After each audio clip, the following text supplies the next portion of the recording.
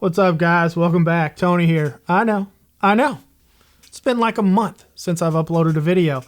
It's been crazy at work and crazy at home after work with my son in football and all the football games and playoffs. I just haven't had a lot of time to get anything done. And I apologize for that. Things are calming down. And as you can see, videos are starting to roll out. So with that being said, I also had a little hiccup with the computer. My computer took a shit. So I lost a lot of stuff, mainly the intro, working on a new one. So you're not going to see an intro today. We're just going to bypass that and roll right into the video. So what are we talking about today? We are talking about the Harley Davidson engine guard, crash bar, whatever you want to call it. At the dealer, they call it the engine guard because it's the correct way to say it. Nobody wants to say crash bar.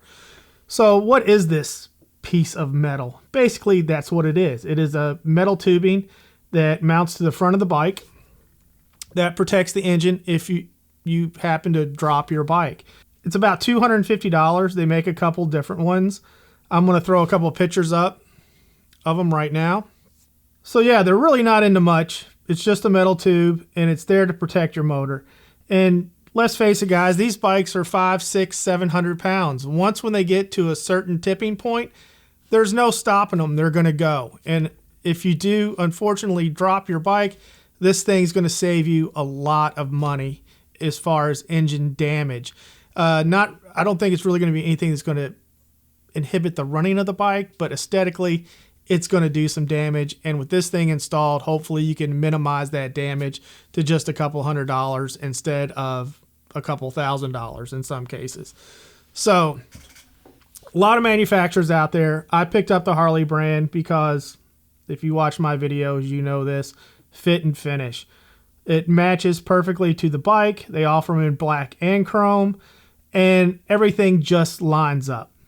And as far as the install goes on this, guys, I don't want to be a dick, but if you can't install this, I don't think you should be riding a motorcycle. I mean, it's basically 3 bolts. It's 2 underneath the footboards or your pegs and right in the center of the frame underneath the headlight.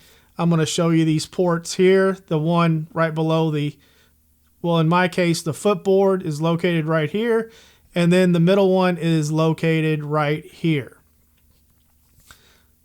So basically that is about it. The hardest thing about the install is actually removing the frame plugs that, protect the holes. They're kind of a pain in the ass to get out. But other than that, start the 2 at the bottom, swing it up, mount the top one. The top one can be a little tricky because it's a tight space. Just take your time, and I'm pretty sure you'll get it. Torque it down to spec. I mean, it took literally 5 minutes to install and $250 and a peace of mind knowing that if I drop my bike, I'm not going to damage the engine as much, hopefully, if at all. So yeah, they're really easy. I think they look good.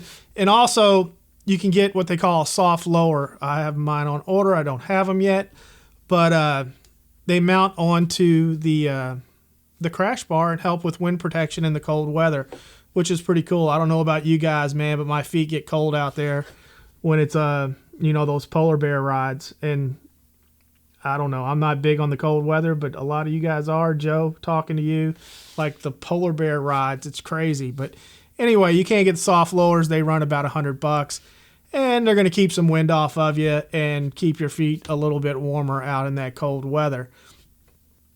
It's a pretty basic piece, just a metal tube that, again, redundant to protect your motor in case of a fall or a drop. Let's take a look at it on the bike. So I'm going to run some footage. Let's take a look at that.